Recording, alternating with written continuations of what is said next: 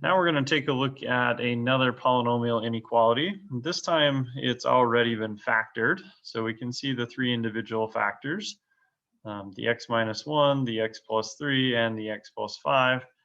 And that product, or all those multiplied together, we need to know where is that less than or equal to 0.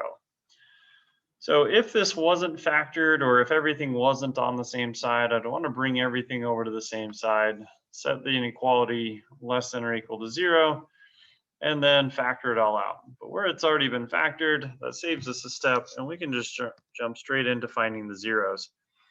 So I know from this first factor, I've got a positive 1 as my 0. The second factor, I have a negative 3 as my 0, and the third one, I've got a negative 5 as my 0. And once I have my zeros, I can go ahead and plot those onto a number line to try to figure out what this might look like. So going from left to right, my negative 5 comes first because it's the smallest of those x values. My negative 3 is going to come second because it's the next smallest.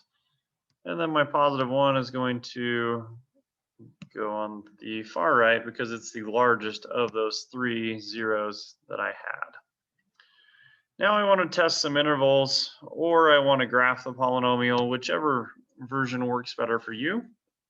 If I look at my end behavior for this original function, I've got a x to the fourth.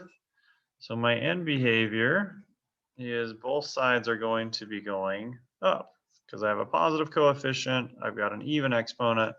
Both sides on that graph are going to be going up. So left side's going to be a positive interval, and the right side's going to be a positive interval. But then I need to look at the multiplicities on these. So I've got a multiplicity of 2, a multiplicity of 1, and then another multiplicity of 1. So that's going to help me determine if I cross or touch at those individual x-intercepts, or those zeros. So we're going to start at the negative 5. The negative 5 had a multiplicity of 1, which tells me I should cross over at that intercept and go to the next x-intercept. The negative 3 had a multiplicity of 1, which told me to cross over as well. And then at positive 1, I had an even multiplicity, which tells me I'm going to just touch it and then bounce off, which would then follow that end behavior going up. The final step here is we want to evaluate what the inequality was actually asking. So it was asking, where is it less than or equal to 0? Well, there's a couple of places where that's true.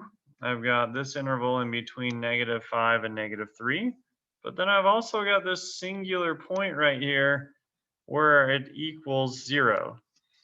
So I'm going to describe that interval from negative 5 to negative 3, and I'm going to use brackets on that because I can equal 0, which would be those endpoints.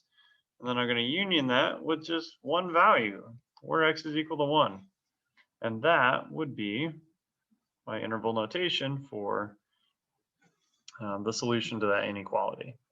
So we would want to bring everything over, set it to 0, factor everything out. Once it's been factored, I can find those zeros, which become the x-intercepts on my graph.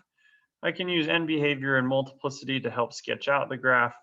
And then the final step there was to determine, in this case, where is it less than or equal to 0. It's less than 0 when it's below the axis. It's equal to 0 where it's on the axis, which is why we had that extra piece over here with x equal to 1, because it can equal there. It's not less than, but it is equal to at that point.